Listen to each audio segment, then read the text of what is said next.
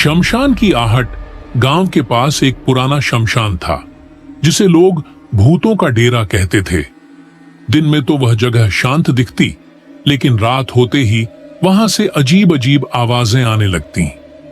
कोई कहता कि वहां आत्माएं रोती हैं, तो कोई कहता कि वहां कुछ चलता फिरता दिखता है। गांव वालों ने वहां जाना छोड़ दिया था। रात का चैलेंज रवि और उसके दोस्त अक्सर भूत प्रेत की कहानियों को मजाक में उड़ाते थे। एक रात दोस्तों के बीच हिम्मत की परीक्षा होने लगी। किसी ने कहा, अगर कोई सच में हिम्मती है तो आज रात शमशान में जाकर दिखाए। रवि ने हंसते हुए चुनौती स्वीकार कर ली।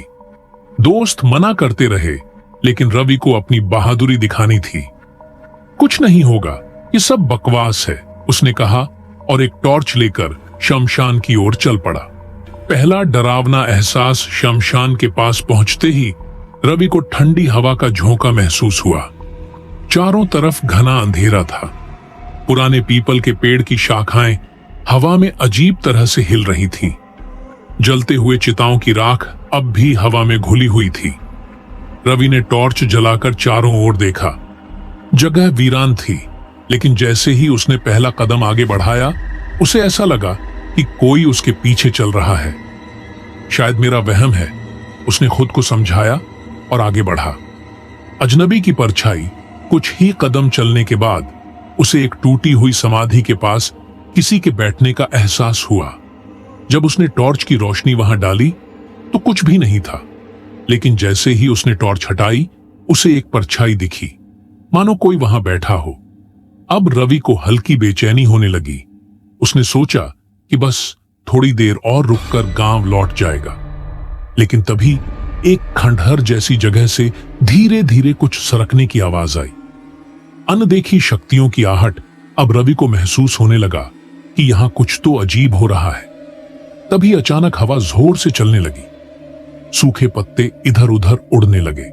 चिता की बुझी राख फिर से हवा में फैल गई। फिर किसी के कदमों की आवाज सुनाई दी। ऐसा लग रहा था जैसे कोई भारी कदमों से उसकी तरफ आ रहा हो। कौन है? रवि ने डरते हुए पूछा। कोई जवाब नहीं आया, लेकिन आवाजें तेज होती जा रही थीं। डरावनी हंसी और खौफनाक चेहरा। अचानक हवा में एक खौफनाक हंसी गूंज उठी। रवि ने टॉर्च घुमाई और देखा एक लंबे बालों वाली सफेद साड़ी पहने एक औरत जो बिना आंखों के घूर रही थी। उसका मुंह फटा हुआ था और उसके गले से अजीब सी गुर्राने की आवाज आ रही थी। रवि के हाथ पांव सुन्न पड़ गए। वह जितनी तेज भाग सकता था भागने लगा, लेकिन जितना वह भागता उसके कदम उतने ही भारी होने लगते।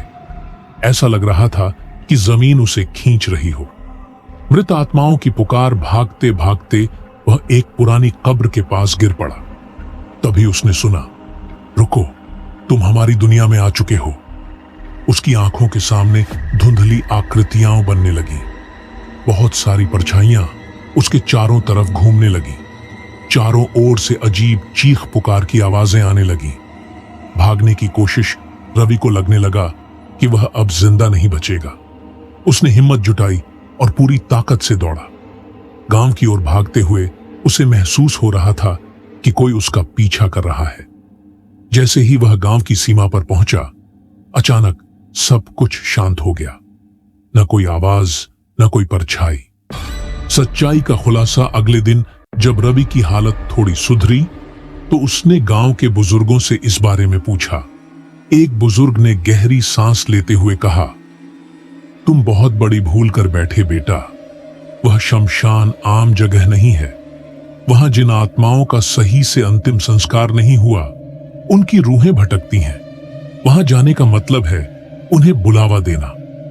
रवि के रोंगटे खड़े हो गए। उसने कसम खाई कि वह अब कभी उस शमशान की ओर नहीं जाएगा। लेकिन उसके दोस्त बताते हैं कि उस रात के बाद से जब भी शमशान के पास से गुजरते हैं, उन्हें रवि की आवाज में मुझे बचाओ की पुकार सुनाई देती है। अगर आपको ऐसे ही वीडियो देखना पसंद है तो हमारे इस चैनल को सब्सक्राइब करना ना भूले